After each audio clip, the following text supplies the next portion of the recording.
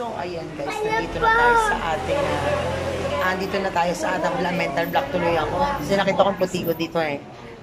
Nandito na kami sa barangay. So, syempre, pang 3 beses na pasok namin dito sa house. Kasi nga twice a week na kami pumapasok. So, sila aking mga bagong mates. Franny, ang kaninegrang inakailang din mo si Negra. Mapuputis siya. Kaya so ito ang aking sidekick. Kaya ma-accelerate yan si Zion. Diba? Ganyang kaliit, mag-high school na yan. So, see you later again. Bye! So, ayan na nga mga kanigrang ina, habang wala si Sir at kami naman ay naghihintay kanina sa baba, umakyat muna kami para ayusin na lang muna namin ang aming gagamitin table and chairs. Para pagdating ni Sir Shera, everything is all good to go. Kaya, ayos-ayos muna tayo.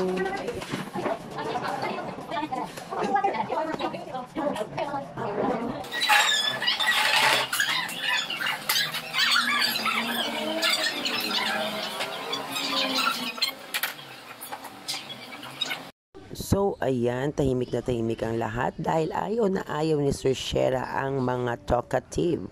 While si Sir Shera ay nakikipag-usap sa ating new enrollee, kami naman ay naghihintay kay Sir Shera dahil ngayong araw na to namin chechekan yung pinagawa ni Sir sa amin.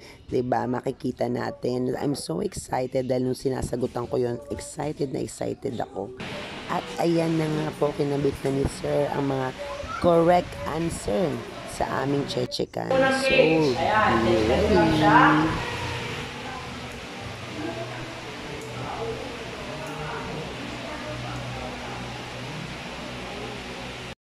Ayan na nga po, in-explain sa Shera kung paano namin chechekan at pupuntusan ang aming mga papel.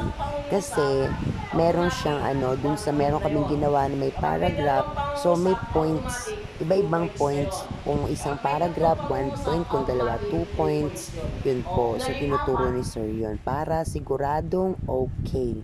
As what you can see, tulog na nga po ang aking Zion. And I'm so excited na checkan ang aking papel kasi kami ang mag-check ng papel namin. So, pag absent ka, sorry. 'Di ba? Excited ako diyan kasi titingnan ko kung anong kalalabasan ng aking score. Then after that, ma-checkan lahat, isusulat mo naman yung overall total ng iyong result. Yan. Then, ang aking little boy ay tulog na tulog. At seryosong-seryoso ang inyong negrang ina.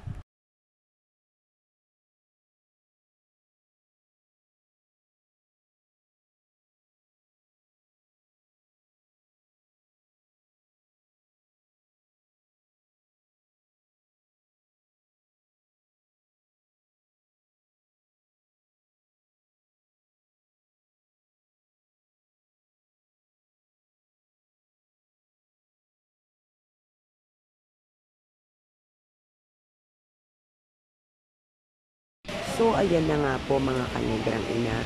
As what you can see, nilalapitan ni Sir isa-isa ang aking mga kaklase kasi just want to make sure na walang mamiss sa mga chinechekan namin dahil very important ang papel na yan. Dahil sa papel na yan ay ipapasok sa system and then magkakaroon na kami ng LRN number and we are certified enrolled na po sa ALS. So, kaya si Sir, so super happy kami dahil talagang napakatyaga niya po sa amin ng aming Sir Shera. So, paano mga kanegrang ina? Abangan ang part 2!